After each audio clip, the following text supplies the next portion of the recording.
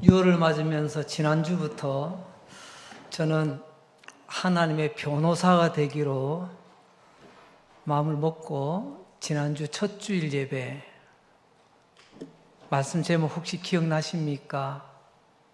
만물에 새겨진 하나님의 지문, 그리고 오늘 두 번째 시간 양심에 새겨진 하나님의 지문을 보라, 이렇게 말씀을 전하려고 합니다. 왜 이런 주제를 정했냐면요, 우리에게 6월은 특별한 의미가 있잖아요. 흔히들 호국 보훈의 달이랍니다. 왜요? 우리에게는 큰 아픔과 상처가 있었던 적이 있습니다. 왜 그랬을까요? 간단히 말하자면 하나님은 없다 하는 공산주의 세력과 하나님 허락하신 자유와 민주주의를 수호하기 위한 두 세력의 충돌이 우리나라에서 일어났습니다. 그래서 단순히 그때 피 흘려 우리 위에 죽으신 분들, 고생하신 분들 그냥 생각하고 끝나는 게 아니라 왜 이렇게 되었냐? 어느 순간 세상이 하나님은 없다 하는 것이 상식화되어가는 이런 시절을 우리가 살아갑니다. 여러분, 나는 공산주의라고 말은 안 하지만 하나님은 없어요. 똑같은 생각을 가지고 살아가는 사람들이 우리 주변에 너무 많습니다. 그래서 하나님이 계시다는 것을 증명해 드려야 되겠다. 그래서 지난주에는 만물 속에 새겨진 하나님의 지문의 흔적을 보았고요. 오늘 우리 양심에 새겨진 하나님의 흔적이 무엇인가 내용을 전하려고 합니다. 여러분, 혹시 직선과 곡선이라는 말 아십니까? 직선, 그야말로 곧게 쭉 뻗어 있는 겁니다. 곡선은요, 말 그대로 구부러졌어요. 이렇게. 선은 선인데. 그런데 이 직선과 곡선이라는 생각이 어떻게 우리 안에 자리 잡게 되었을까요? 어떤 분은 혹시 이렇게 말하실 분이 계실 분이 있을지 모르겠습니다. 목사님, 학교 다닐 때 안 배웠습니까? 선생님이 가르쳐 주시잖아요. 네, 맞습니다. 그럼 한 걸음 더 나가 볼까요? 그럼 그 선생님은 그 직선과 곡선이라는 그 생각을 어디서 배웠을까요? 우리는 이런 아주 유치해 보이는 질문 같지만 이게 굉장히 중요한 질문입니다. 오늘 이런 고민을 가졌던 한 사람을 소개하며 말씀을 전하려고 합니다. C.S. 루이스라고 하는 사람의 이야기인데요, 그가 고뇌하는 가운데 하나님의 지문을 발견하게 된다는 이야기입니다. C.S. 루이스라고 하는 사람은 아마 교회 다니신 분들은 이름 정도는 한두 번 정도 들어보셨을 것 같습니다. 이분에 대한 별명이 있습니다. 20세기의 바울이라는 별칭을 가지고 있어요. 굉장히 뛰어난 세계적인 석학이기도 합니다. 이분이 당시에 절친한 친구가 있습니다. 그 친구가 누구냐면, 여러분, 반지의 제왕이라고 혹시 들어보셨나요? 한때 영화도 나오고 책으로도 많이 알려져 있는, 서구권에서는 거의 성경 다음으로 유명한 책이기도 합니다. 그 반지의 제왕이라는 책을 썼던 톨킨이라는 사람이 있습니다. 참 시대는 이런 위대한 인물을 낳은 것 같습니다. 비슷한 시대, 비슷한 연배의 두 사람이 서로 교제를 하게 됩니다. 이 C.S. 루이스는 이후에 하나님을 변증하는 변증가로서 가장 유명한 사람으로 알려져 있습니다. 지난 시간에 말씀드렸지요.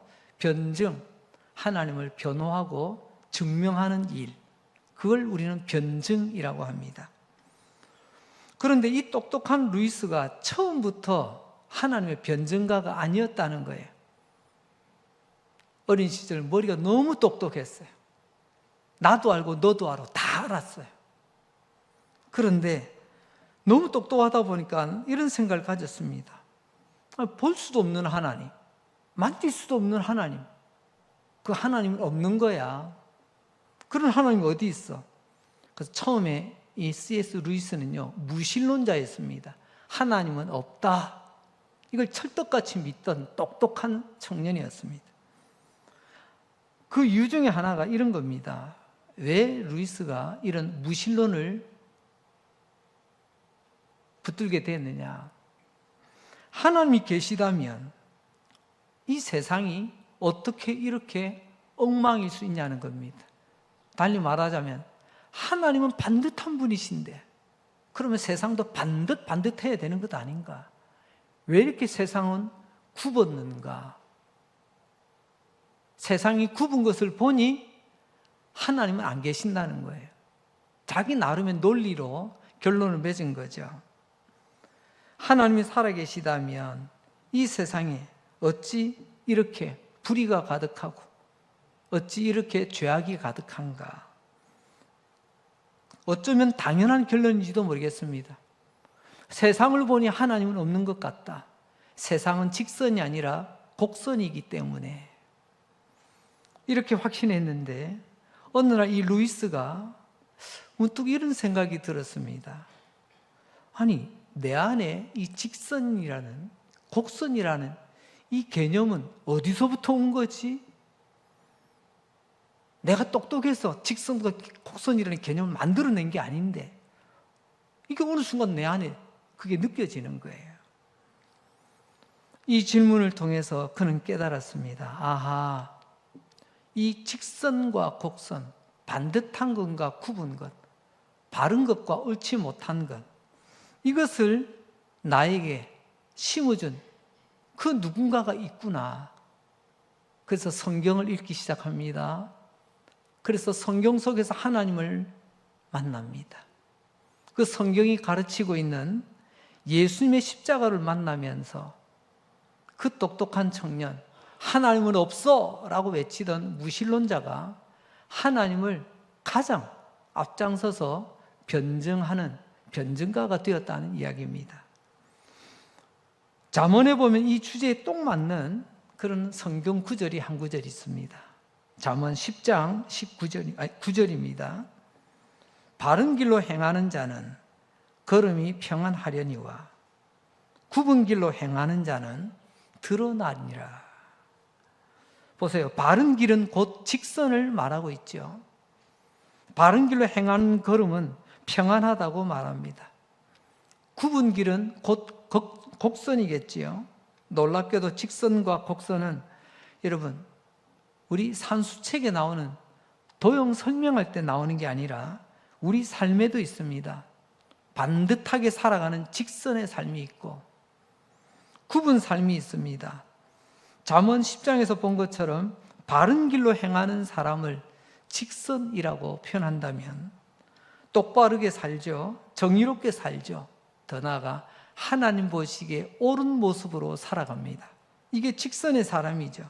그런데 반대로 굽은 길로 행하는 사람, 즉 곡선의 사람이 있습니다. 그것은 우리 노트에 삐뚤삐뚤하게 선을 잘못 그어서가 아니라 인생 자체가 굽어 있는 거예요. 생각도 굽어 있고 말도 굽어 있고 걸어가는 걸음도 굽어 있고. 이사야서 59장에 보게 되면 이 바른 길을 정의로운 길, 의로운 길이라고 표현합니다. 정의롭고 올바르고 도덕적인 길, 이걸 다시 말하자면 직선의 길, 직선의 삶이라고 말할 수가 있겠죠. 그러니까 반대로 굽은 삶, 곡선의 삶은 올바르지 않다는 거겠죠. 불의하다는 거겠죠. 더 나아가 하나님 보시기에 틀렸다는 것을 말하겠지요. 잠언에서도 또 성경 전체에서도 이렇게 직선과 곡선으로 우리 인생을 설명하기도 합니다. 자, 여기서 질문이 있습니다. 인간은 이것이 옳다, 그르다 판단할 수가 있습니다. 옳은 것은 직선, 옳지 못한 것을 곡선이라고 우리는 표현할 수가 있습니다. 그런데 이건 어디서부터 왔을까요? 자, 여기서부터 답을 찾아가는데요. 하나님이 세상을 창조하셨습니다.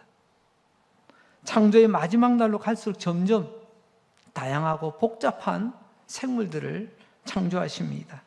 그 마지막에 보면 동물을 만드시고 그 끝에 사람을 만드십니다. 자, 하나님이 짐승과 인간을 창조하셨는데 이 둘은요, 공통점도 있고 차이점도 있습니다.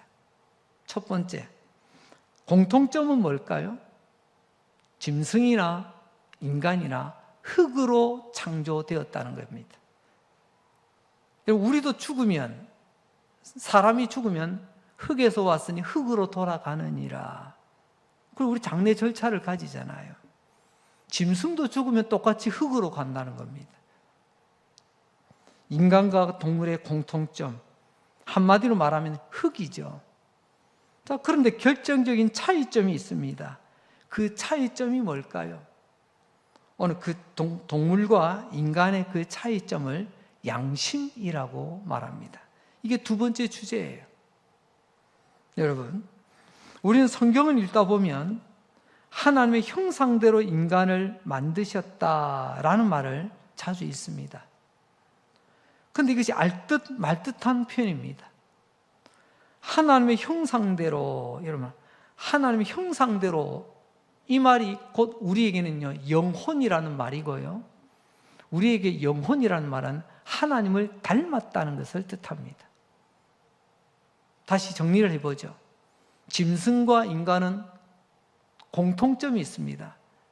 재질이 흙으로 만들어졌다는 거예요. 그럼 동물과 우리의 결정적인 차이점은 하나님의 형상대로, 즉 영혼이 동물에게는 담겨 있지 않습니다. 감각기관은 담겨 있지만 영혼은 담겨 있지 않아요.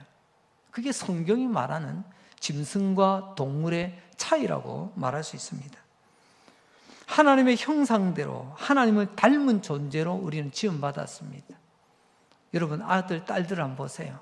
아이고, 엄마를 쏙 빼닮았네, 아빠를 닮았네. 엄마, 아빠하고 똑같지는 않지만 그 형상을 물려받았지. 딱 보면 아버지가 보이잖아요. 딱 보니까 어머니가 보이잖아요. 그게 형상입니다.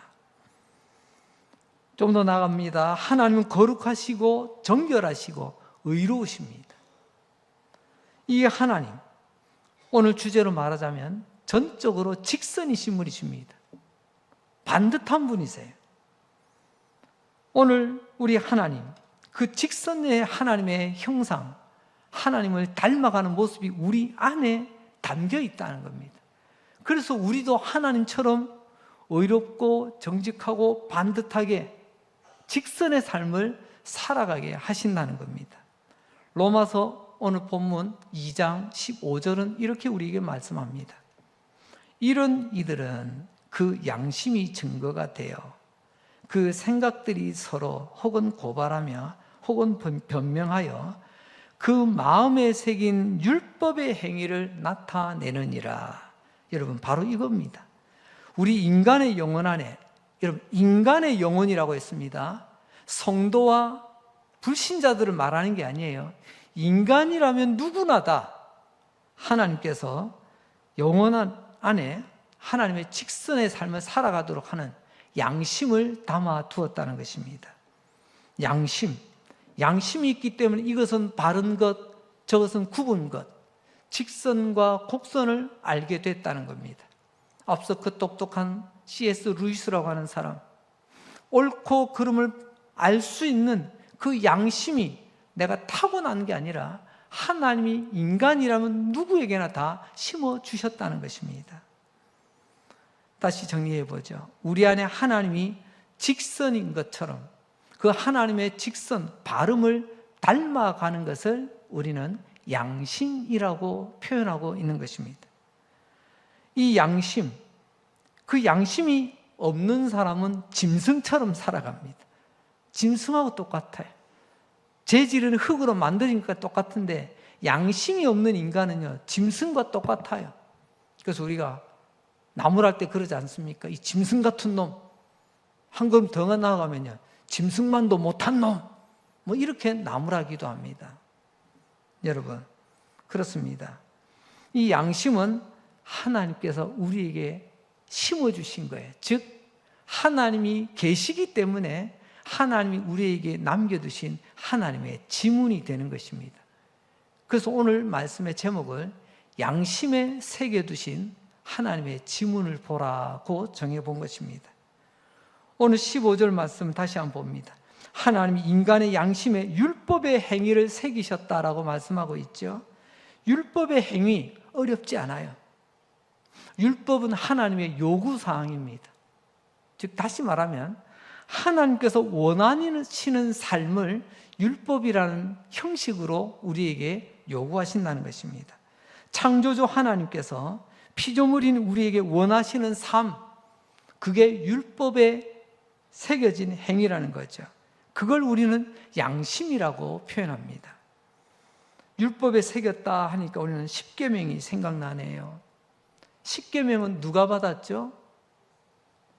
애굽에서 나와 홍해를 건넌 하나님의 구원받은 백성에게 하나님께서는 십계명을 모세로 하여금 받아와서 백성들에게 전하라고 하셨습니다.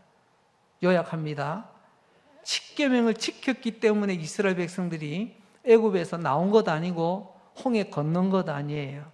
오늘 우리에게 적용하면 십계명을 잘 지켜서 우리가 구원받은 게 아니라는 거예요. 이미 전제가 있습니다.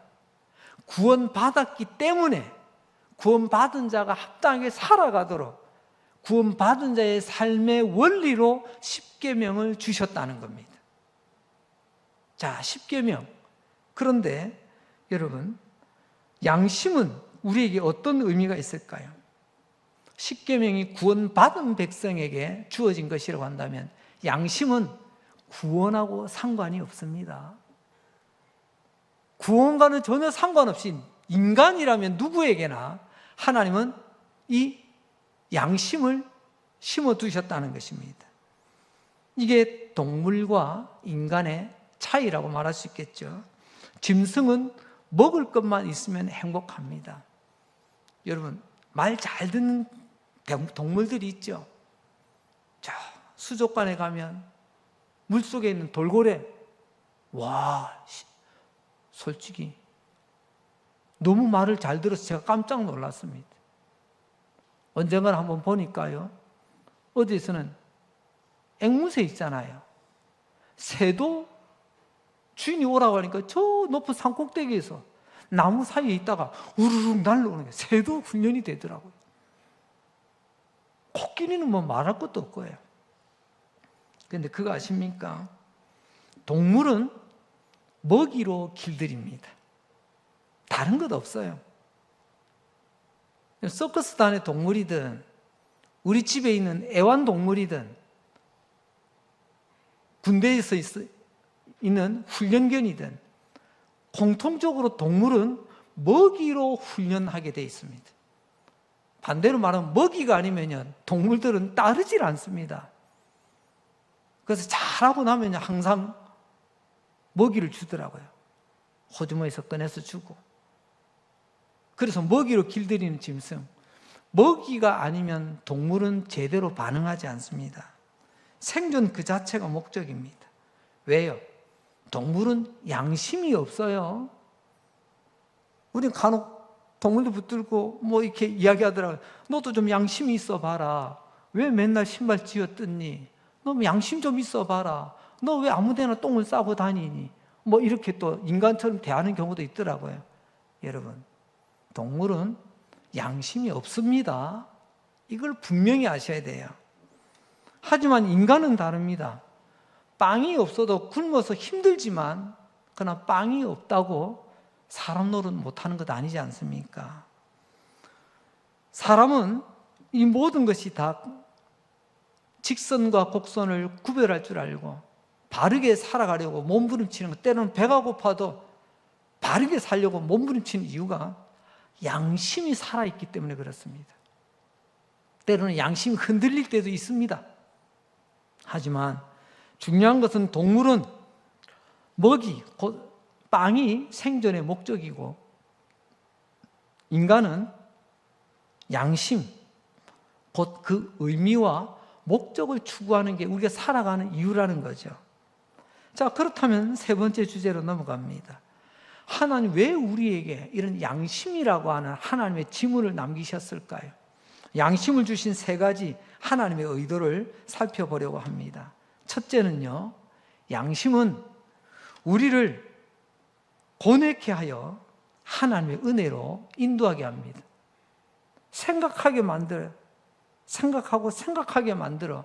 결국은 하나님의 은혜의 자리로 우리를 이끌어가는 기능이 양심에게 있다는 것입니다. 양심이 찔리지 않는 사람은 여러분 쉽게 말하면 예수님을 찾지 않습니다. 양심이 찔려야 하나님을 찾게 되어 있습니다. 양심이 털나고 양심이 병나고 양심이 굳어버린 사람은요 절대 하나님을 찾지 않아요. 그래서 양심이 굳어버린 사람은 하나님이 없다고 그렇게 뻔뻔하게 떠드는 것입니다. 그러나 진짜 양심이 살아있는 사람은, 양심이 찔린다면 결국에는 이 C.S. 루이스처럼 말입니다. 처음에는 어설픈 똑똑함 때문에 하나님은 없어 라고 했는데 곰곰이 생각해보니 내가 이런 직선과 곡선을 구별할 수 있는 이 마음이 어디서부터 왔지? 창조주 하나님을 알아보고 하나님의 창조 계획을 아는 가운데 하나님을 이제는 바르게 알게 되고 믿게 되고 이제는 하나님이 우리와 함께 하심을 증명하는 변증가로서의 삶을 살았던 것 기억하시죠? 양심이 있으면 찔립니다. 양심이 있으면 괴로움을 압니다. 괴로움 끝에 하나님을 찾는 것, 그 모델이 되는 한 인물이 있습니다. 바로 로마서 7장 24절 말씀. 곧 로마서는 바울의 이야기죠.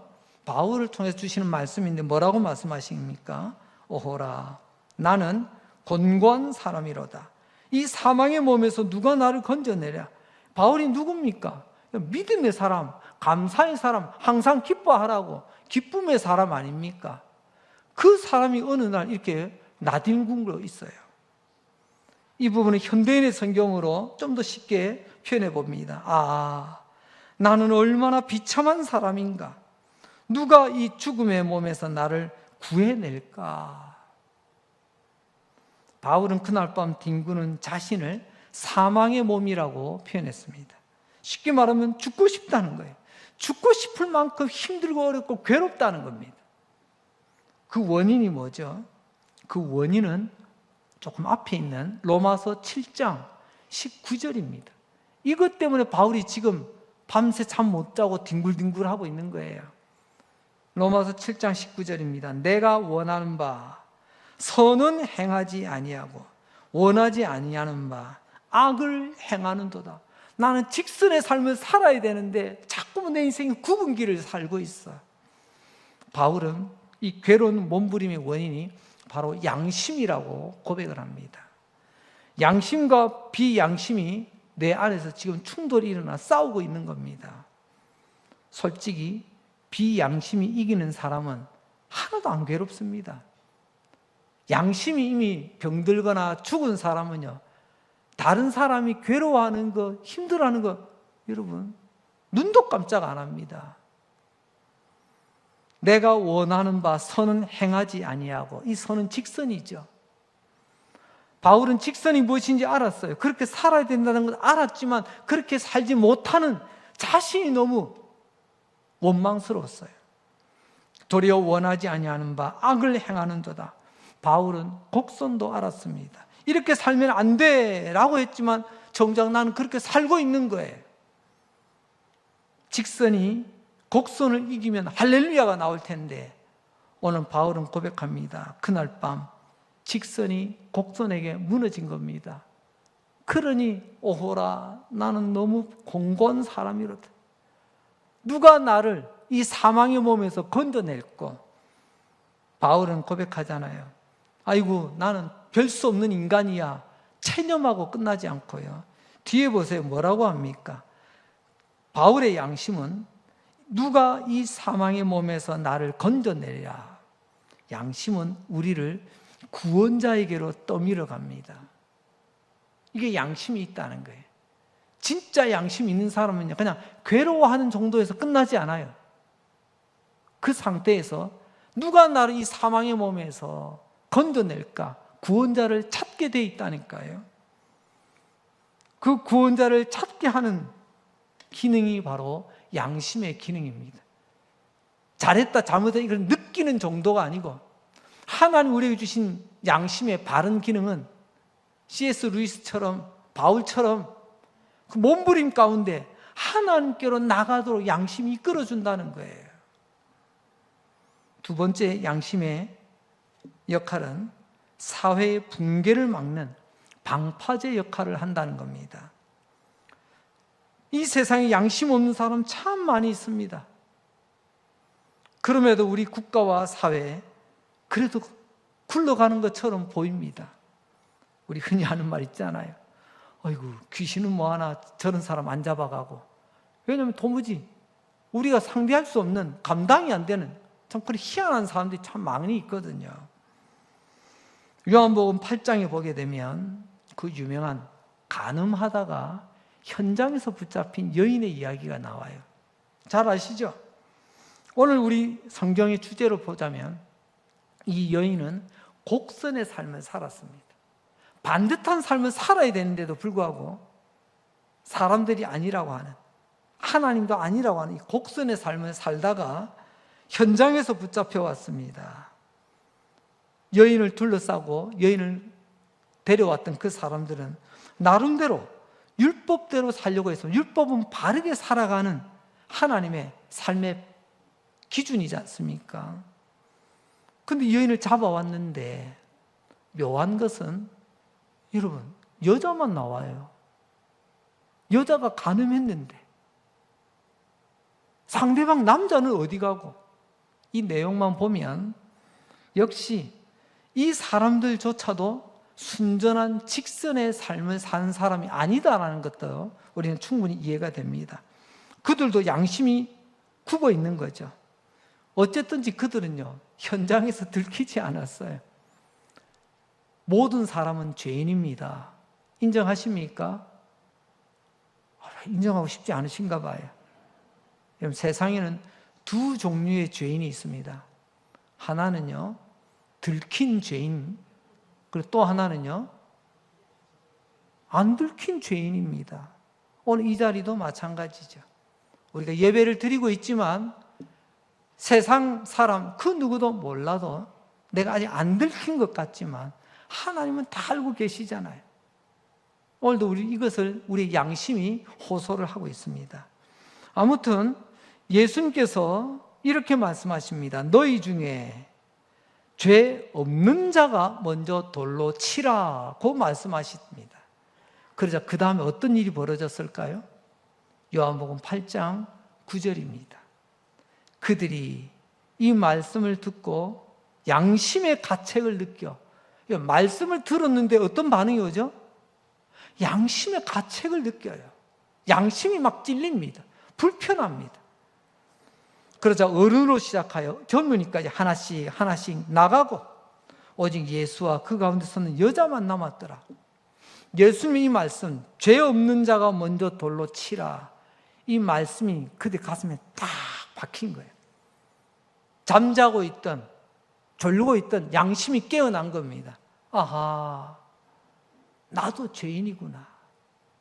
내가 죄인이, 죄 없는 자가 돌로 치라고 했는데 이 돌이 왜 내 손에 있어? 버리고 다 떠나가더라는 겁니다. 말씀 듣고 양심에 찔린 사람들, 그들은 양심이 있었습니다. 여러분, 이 말을 오해 없으시기 바랍니다. 그들이 예수님 말씀 듣고 예수님을 믿었다는 말이 아니에요. 여기서 말씀하시는 양심, 앞서 말씀드렸잖아요. 십계명이라는 율법은, 십계명이라는 이 계명은 구원받은 자에게 주신 하나님께서의 요구사항이고요. 양심은 믿음과는 상관없이 사람이라면 누구나 느낄 수 있는 하나님이 심어주신 직선의 흔적이라는 것입니다. 그래서 이들은 예수님을 반대하지만, 예수님이 싫지만, 그러나 양심에 찔려 차마 돌을 들어 던질 수가 없었다는 것입니다. 오늘 이 예수님, 이 여인이 죄가 없다고 말씀하지는 않지 않습니까? 이 여인이 곡선의 삶을 살았다는 것도 인정합니다. 하지만 뭐라고 말씀하시죠? 오늘 주제로 말하면 지금까지는 단 한 번도 곡선 없이 직선으로만 사람들이 있다면, 한 번도 어긋나지 않고 반듯하게 산 사람이 있다면 돌로 들어 쳐라 라고 했더니 자신이 없는 거예요. 그래서 다 돌을 놓고 떠났습니다. 이 여인만 예수님과 함께 남았던 거죠. 여러분, 이 양심을 통해 이 여인이 나중에 어떻게 되죠? 다시 그 공동체로 돌아갈 수 있는 기회를 얻게 되잖아요. 하마터면 돌에 맞아 죽어 끝날 것 같은 이후로는 어떻게 됐을까요? 양심이 무뎌진 사람들은 조금은 나하고 생각이 다르고 조금만 내 기준이 안 맞으면 무조건 돌로 쳐서 죽일 뻔했는데, 아하, 내가 죄인이구나, 이걸 깨닫게 하는 그 양심이 작동하니 나도 죄인, 너도 죄인, 너는 들킨 죄인, 나는 들키지 않은 죄인, 그래도 우리가 같이 살자. 그래서 그 여인을 주님은 그 집으로, 그 공동체로 돌려보내는 것입니다. 양심이 없다면, 조금만 죄가 있다면, 내 눈에 거슬리는 게 있으면 다 끝장을 보려고 할 겁니다. 그럼 사회가 구성이 되겠어요? 그래서 양심이 있으므로 우리 일반 사회가 지금 돌아가고 있다는 겁니다. 세 번째, 양심은 하나님의 심판대 앞에서 검찰 측 증인 역할을 한다는 겁니다.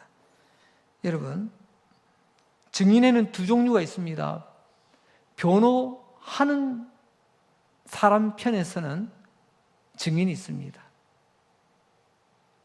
또 하나는요, 고소 고발하는 검찰 측의 증인이 있을 수 있습니다. 양심은 검찰 측의 증인입니다. 양심은 이것은 잘못됐다고 보라고. 하지만 변호인 측의 증인은 오직 예수 그리스도 한 분이십니다. 예수 그리스도의 십자가의 보혈, 우리 대신 죽으신 그 죽음이 죄인인 우리를 변호해 주시는 겁니다. 아버지, 내가 저들을 위해서 대신 벌 받았잖아요. 근데 양심은 검찰 측 증인입니다. 그 양심대로만 가게 되면 마지막에는 끝장입니다. 죄인은 어떻게 피할 방법이 없지 않습니까? 유명한 철학자 중에 이름 정도는 들어보셨을 겁니다. 칸트라고 말입니다. 저도 비록 학교에 다닐 때 철학을 공부했지만 저는 아직도 이 칸트의 철학을 이해를 못하겠어요. 제가 머리가 좀 짧은 건지. 하지만 그 칸트의 그 복잡하고 그 많은 내용 가운데 요거 하나만은 꼭 기억하시면 칸트의 핵심을 아는 거나 마찬가지입니다. 그게 뭐냐면, 인간 안에는 보편적인 도덕률이 있다라고 말합니다. 여러분, 인간이라고 했습니다. 이 인간은요, 흑인, 백인을 말하지 않아요. 남자, 여자를 말하지 않아요. 배운 사람, 못 배운 사람, 가진 사람, 없는 사람. 아니, 인간이라면, 전제가 인간이라면, 인간 안에는 보편적, 예외가 없는, 보편적이라는 것은 예외가 없다는 것은 모두 다 도덕률이 있다라고 말합니다. 도덕률. 이 도덕률이 바로 성경은 하나님이 우리에게 심어두신, 새겨두신 하나님의 흔적, 양심이라고 하는 겁니다. 철학자는 철학적인 용어로, 좀 알쏭달쏭한 표현으로, 어려운 말로 인간 안에는 보편적 도덕률이 있다라고 표현하지만, 풀어보면요, 모든 인간 안에는 하나님께서 양심을 새겨두셨다라는 말이라는 거예요.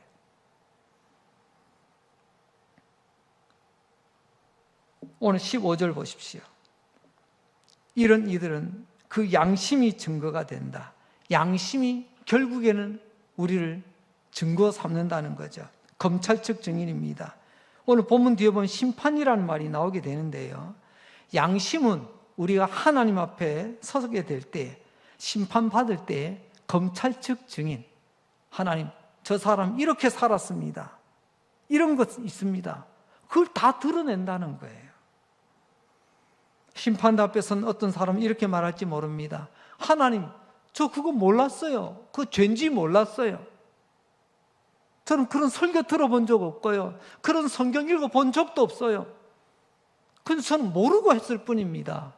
라고 심판대 앞에서 하나님 앞에 서려고 하는 사람이 혹 있을지도 있을 겁니다. 하지만 하나님은 말씀합니다. 아니다. 나는 이미 성경 이전에, 설교 말씀 듣기 전에 이미 너희 양심에 직선과 곡선을 구별할 수 있는 흔적을 남겨두었다. 그게 바로 양심이다. 양심. 인간은 모두가 다 양심이 있다고 했잖아요. 그 양심이 곧 하나님이 계시고 하나님 우리에게 새겨두신 직선과 곡선, 바른 삶과 굽은 삶을 본인이 스스로 알 수 있도록 하신 하나님의 놀라운 흔적이라는 말씀이죠.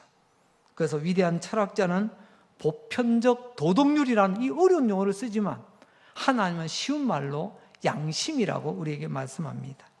그런 의미에서 이 양심은 너무나도 선명한 하나님의 지문이라는 것을 말합니다. 지문이 뭐죠? 지문이 있다는 것은 이 지문의 주인공이 누군가가 있다는 것을 말하잖아요. 우리 안에 양심이 있다는 것은 살아계신, 그것도 온전한 직선이신, 그리고 온전히 거룩하신 하나님이 분명히 존재하신다는 것을 말하고 있습니다. 말씀을 마무리합니다. 오늘 이 시대는 어떻습니까? 오늘 우리 대한민국은요, 이 시대는요, 한마디로 말하자면 양심 부재의 시대 아닌가요? 사람의 모습은 가졌는데 양심이 없는 것 같아. 아니, 양심의 죽음 시대 아닌가요? 어제까지는 살아있던 양심이 오늘 다 죽은 것 아닌가요? 양심이 없고 양심이 죽으니 직선과 곡선이 구별이 되지 않습니다. 무엇이 옳은지 무엇이 그른지 지금 이 시대가 절대 기준이 없다니까요. 그래서 어떤 개그맨이 그런 말을 했더라고요. 이 시대를 잘 읽은 나름의 표현인 것 같습니다. 따라서 해볼까요? 그때 달라요. 지금은 절대 기준이 없습니다. 그때 다르답니다. 그게 오늘날의 신진리예요. 대한민국을 찾는 외국인들이 참 많아지고 있는 것 같습니다. 한국의 이 위상이 많이 높아진 것 같아요. 그런데 한국을 방문한 사람 중에서 어떤 사람이 깜짝 놀라는 일이 있는데 그 중에 하나가 길거리 호떡집에 가서도 깜짝 놀랍니다. 요즘은 길거리 호떡집 보기도 힘들지만 길거리 호떡 안에서는 부지런히 구워댑니다. 그럼 그 입구에는 사람이 쭉 서 있어요. 호떡집 계산 주로 어떻게 하죠? 딱 받고 계산기 두드리고 맞춰서 딱. 여러분, 우리 한국 호떡집은요 전통적으로 돈통이 앞에 있습니다. 손님 앞에 있어요. 손님이 돈 내고 거슬러 손님이 알아서 거슬러 가는 이런 시스템이에요. 기독교 역사가 100년이 이제 조금 넘어가는 얼마 안 되는 이 대한민국이 기독교 역사가 수천 년이 됐다고 하는 서구권에 있는 사람들 와서 깜짝 놀랍니다. 우리는 이미 다 양심이 다 죽은 것 같은데 아니 이렇게도 장사가 되냐고. 도대체 대한민국 사람들은 양심은 도대체 어디까지 가는 거냐고. 뭐 카페에 뭐 어디에 휴대폰 놓고 왔다 갔다 하면 그건 기본이에요. 아니 돈통을 내 앞에 두고 당신이 알아서 계산하고 가시라고. 오늘 이 세상 비록 우리나라에 외국인이 깜짝 놀란 양심의 모습이 있긴 하지만 이 양심이 회복되어야 되지 않겠습니까? 이 끔찍한 세상에서 이 양심이 회복되지 않으면 여러분 양심이 회복되지 않으면 신앙이 회복되지 않습니다. 신앙이 회복되지 않으면 인간성도 회복되지 않습니다. 여러분 잘 아시죠? 회개하라 천국이 가까웠느니라. 회개할 때 천국으로 넘어가는 거예요. 근데 회개가 뭐죠? 내가 죄인이고 내가 틀렸고 내가 굽었고 내가 곡선인 인생을 살았다는 것을 인정하는 거예요. 이걸 인정하지 않으면요 바른 신앙인으로 넘어갈 수가 없어요. 오늘 주제로 양심이 바르게 작동되면 회개하게 돼 있습니다. 여러분들이 교회 나오셔서 예배를 드리고 신앙생활 하시는데요, 회개 없는 신앙생활은 양심 없는 신앙생활입니다. 회개 없는 신앙생활은 성도의 길이 아니고 그냥 그렇고 그런 교인의 종교 활동에 불과합니다.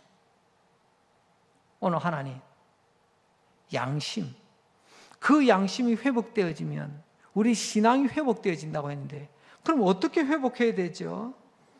오늘 이 부분에 대해서 히브리서 9장 14절, 하나님 우리에게 이렇게 말씀하십니다.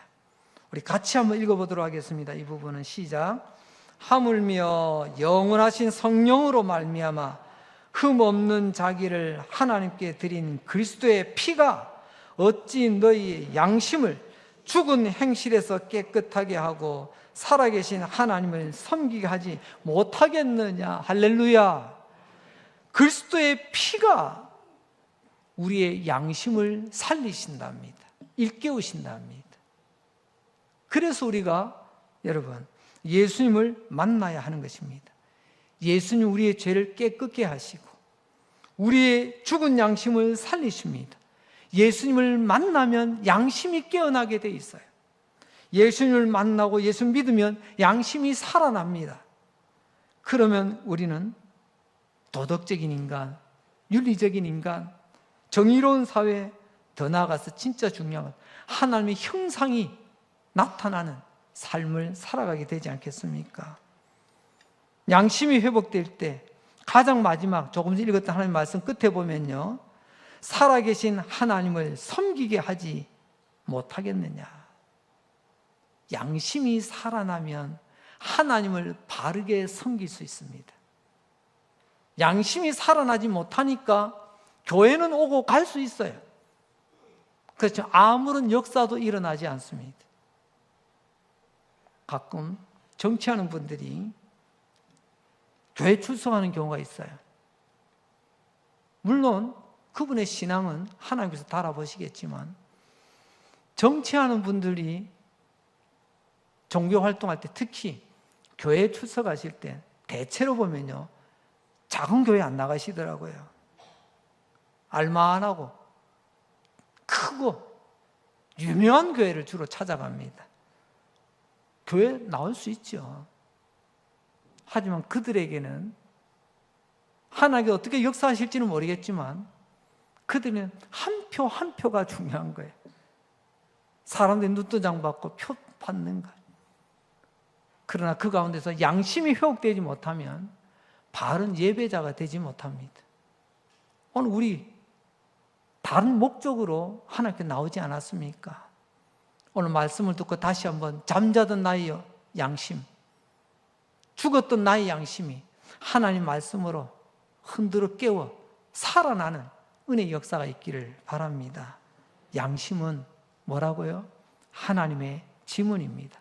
하나님이 지금도 우리와 함께 계심을 증명하는 하나님의 새겨진 흔적이 양심입니다.